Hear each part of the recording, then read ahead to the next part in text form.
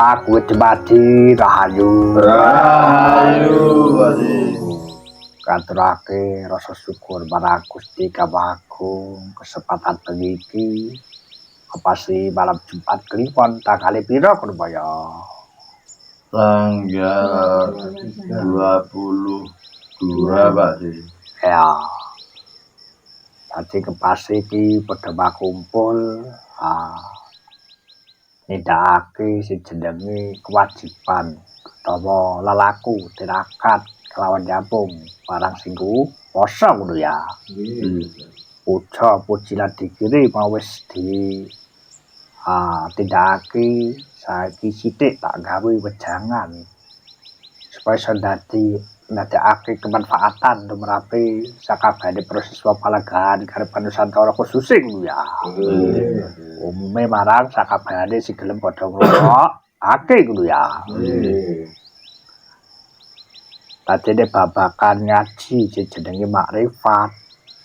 Kuwi ana istilah sing diarani dianggep jenenge bid'ah. Kuwi tegese perkara sing anyar, perkara sing nyimpang sajroning agama.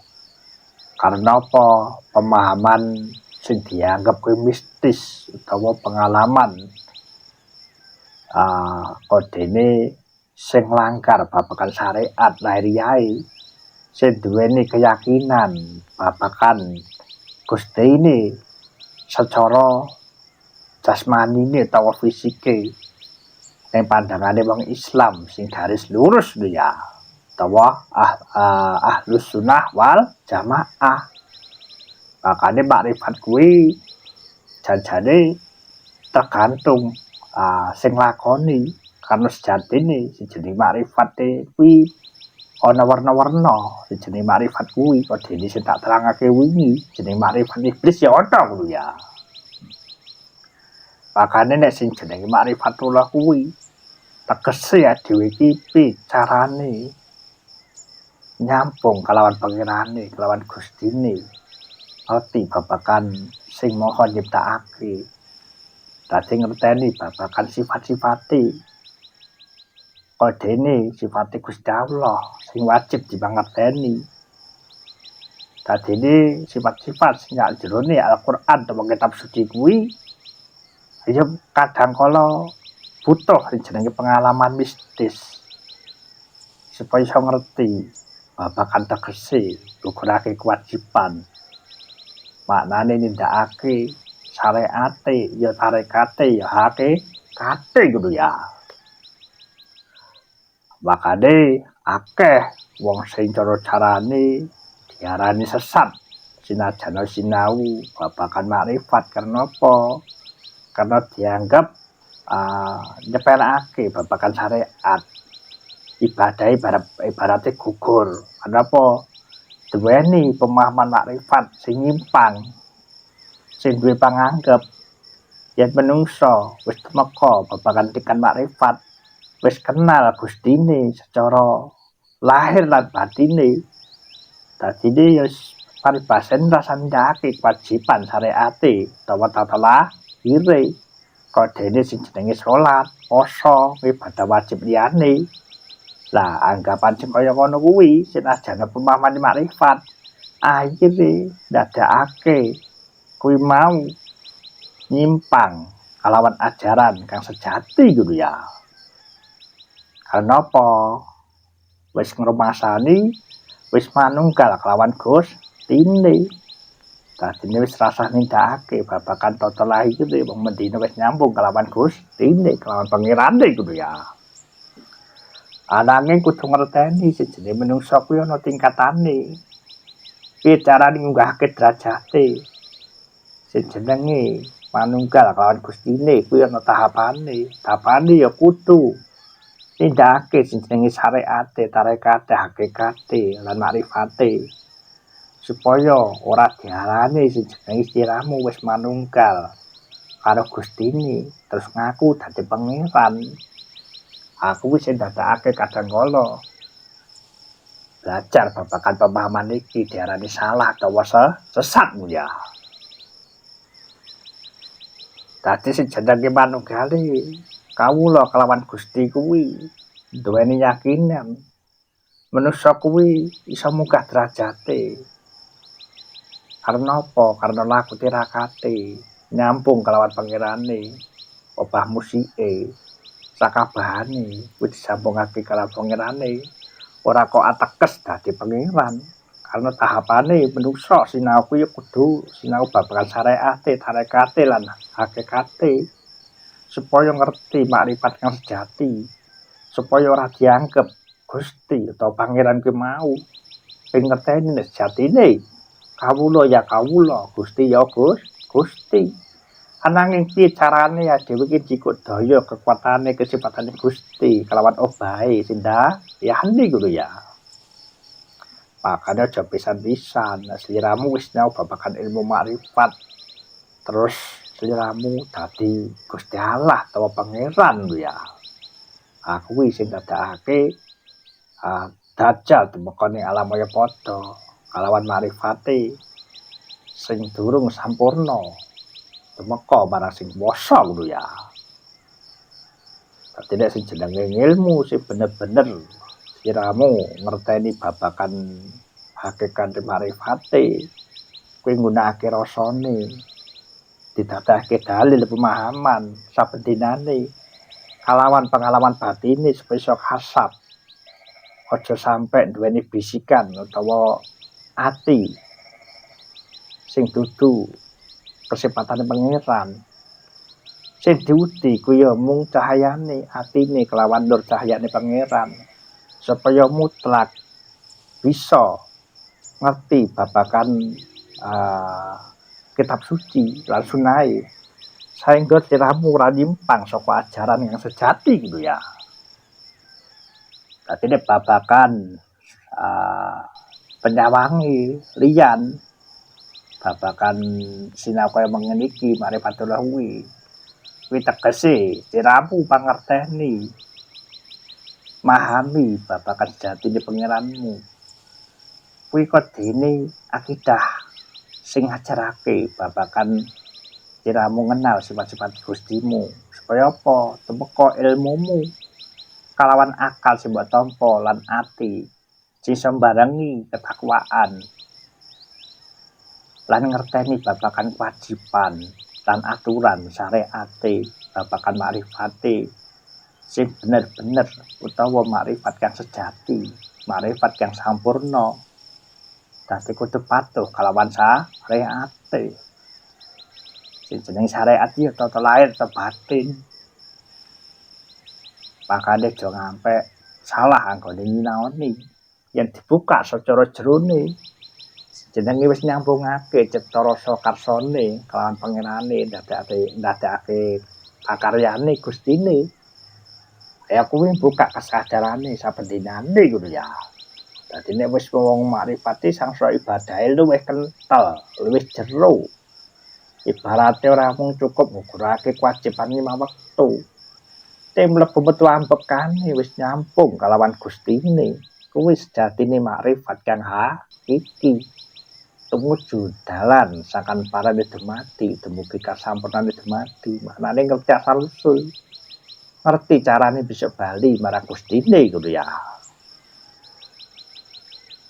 Makane saiki nek wong sinau babagan kemakrifatan aja mung trima sliramu didongenge utawa dicritani. Karena apa sing jenenge dongeng lan crita kuwi engko iso diarani sliramu kuwi paribasane nampa sing jenenge khurafat. Sing sumbere ora ana saka Al-Qur'an lan hadis. Ibarate go crita kayalan, crita rekaan, utawa crita mitos utawa dongeng sing ora logis, sing akhire ndadekake apa? Sesat dalanmu. Karena apa? Duweni sing jenenge kepercayaan babagan kekuatan sing dudu kekuatane pangeran. Akhire disebut syirik lho ya. Kok dene kekuatane jin, kekuatane pusaka sing duweni babagan unsur sing jenenge takayul.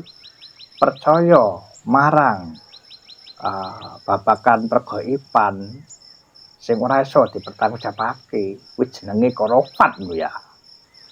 Makane palanggan kuwi senajan siramu duwe tompak, duwe keris, duwe akik, duwe teken. Sing mbok percayane ya kuwi dayane pangeran, dayane Gusti. Dudu kekuatan liyan-liyane supaya isih jejeg anggonmu nyekel babagan getha hitan ya. Pemene jaman saiki akeh babagan wong sing paribasane ngrotani ilmu secuwil wae wis nyalahake babagan tumrape wong sing ibadah liyane ngono ya. Kudu hati-hati. Makane bahasa kerofat ki mau kuwi kan basa ning paribasane basa sing rusak akale ngono ya. Tegese cerita tutut tinular turun temurun sing diceritakake sing durung dialami kasunyatane utawa durung mbok dengen mbok ngerteni berarti lagi krungu sliramu durung nyekseni sejatine cerita. Makane sing jenenge karomah utawa keramat sing dadi sakral kuwi iso disekseni kelawan lahir lan batine ora mung cukup krungu ceritane ngono ya. Makane jaman saiki hati-hati karena akeh wong pinter lalaline nek diramu lelaku dalan mungkin iki yen kakan ngumbar babakan lelakumu tirakatmu sing ora masuk akal sing ora iso dilogis kok dadake siramu kuwi iso dikeki stempel sing jenenge sinau babakan kemarifatan ananging akeh ke apa jenenge kaya akeh kerofatan ya. Nggih. Saudarane korofat, saudarane bid'ah ngono ya. Kamangka sing jenenge bid'ah ki apa ya sing nambah-nambahi perkara babakan ibadah sing ora ana tuntunane, ora ana dalil lan dhisik. Contone salat subuh ki mau 2 rakaat ditambahi dadi papat. Ala kuwi ya genah ora oleh ngono ya, Pak ya. Ananging nek babagan ajaran palanggan karepan Nusantara ngajarake lungguh manekung utawa tafakur utawa patras meti. Kuwi jan-jane ya ana tuntunane senajan ora kabeh wong ngerteni. Ning wong kang luhur jaman biyen kuwi ya padha nglakoni ngono ya. Kadene Kanjeng Nabi Muhammad wis pernah ngalami jenenge tapa ning gua Hira kan ya. Nggih. Kuwi ya ana sejarahe to ngono ya. Nah, contohnya ngono kuwi ya. Nggih. Makane saiki iki sinau babagan agama iki susah bedakake. Iki jan-jane iki dalan kasampurnan apa mung babagan ilmu supranatural ya. Karena akeh zaman saiki iki sing gayeng kuwi lak ya babagan dunia supranatural sing iso ngatasi masalah tanpa masalah ngono ya. Nggih. Dadi ngono kuwi ya. Makane nek moyo gawe sing jenenge status no kae utawa gawe dunia permeksosan ya judule Kang Moyo ahli supranatural mengatasi masalah tanpa masalah ngono ya. Dadi urusane jaman saiki iki babagan berkelimpahan. Babagan bicarane sugih. Dadi ora diajarake babagan piye kasampurnane ngadep sing kuwasa ngono ya. Ana menungso sing paling seneng kuwi lak ya babagan urusan donya ngono ya. Nggih. Monggo Gusti Allah ya wis paring perintah babagan urusan donya. Apa kuwi dalile ngono ya. Antum amalu bi umuri dunyakum. Tegese apa? Kamu lebih tahu apa yang kamu kerjakan masalah urusan dunia. Jadi kudu kuwi ya. Lah menungso tidak kabeh kuwi sinau babagan ilmu tauhid. Gantungke sama barange kuwi langsung sing kuwasa sinajan lantarane kelawan menungso ananging ora nguwihake babagan iman lan takwane ngono ya. Dadi carane ngakon moyo ki ngerti nek moyo ki gur jembatan sarana. Nyambung kelawan sing kuwasa. Karana butuh bantuan rumangsani awake dhewe isih reget isih akeh paribasane bleduke yo njaluk wong sing luwih resik sing ora ana bleduke supaya kabul to ngene ngono ya. Ning ngono kuwi disalahke, njaluk langsung karo Gusti Allah, ora karo menungsa. Kuwi jenenge sirik ngono ya, Maya. Nggih. Kira-kira ngono lah. Nggih, Pak. Dadi apa-apa langsung njaluk karo Gusti Allah. Wis rasa nganggo laran ya. Kira-kira lak ngono kuwi pahamane wong saiki ngono, Maya. Nggih, Pak. Dadi ngono kuwi. Kamangka ora ngerteni babagan pribadine. Kenapa dongane ora dikabul ki mergo akeh bleduke ngono ya. Nggih. Cak ngono ya. Ora beda kaya siramu kabeh pengen bakso, peme ayam, pengen nasi padang. Ana siramu pancen wis resik ora ana bleduke. Karo apa paribasane dicepakake ngono ya. Aku butuh nasi padang. Mesti wis ana sing golekake ngono ya. Alang isih akeh bleduke iso oleh akeh regete ya mesti nganggo gawe. Direwangi nyambut gawe supaya iso tuku apa sing dipengin ake ngono ya. Ananging nek wong sing sithik bleduke ngakmu ana ngomah udah tutut karo ngopi. Kuwi kabeh wis ditampi. Rezekine tampung golek paribasane wis temeka dhewe ngono ya. Ananging kakek-kakek karena manusa sing akeh bleduke direwangi paribasane dibanding-banding balunge ngono ya. Dibanding-banding sampai pepes kadang ora ngasil ake. Akhire ngenes uripe ngono ya. Makane ngati-ati dadi menungsa kuwi kudu duweni sing jenenge prasangka sing apik temrape Gustine senajan diuji maneka warna ngono ya. Kira-kira tak semene padha paham durung? Paham. Makane jaman saiki iki akeh sing jenenge kudu rencana maneka warna. Diuji babagan kesehatan, babagan ekonomi ini karena apa? Kurang kuat tirakate nyambung kelawan Gustine ngono ya. Makane wong sing demen laku tirakat iki mesti sehat jasmani lan rohani. Nek mandeg ora nindakake tirakate, kuwi biasane wah gingsir, sulaya jasmanine lan rohanine ngono ya. Jajal siramu tak preni, setahun rasa ngaji no dadine piye kira-kira ngono ya. Kira-kira pengen buktekne ora? Boten. Kira-kira kaya dene brawok iki tak preni 3 sasi iki rasane piye? Sedih. Ada sedhewe kepenak, ning penyakite lak terus metu kabeh ngono ya. Elas Pak. Nek sing ginjale nek watune, nek empedone nek watune, nek kadang nek ngising ora lancar.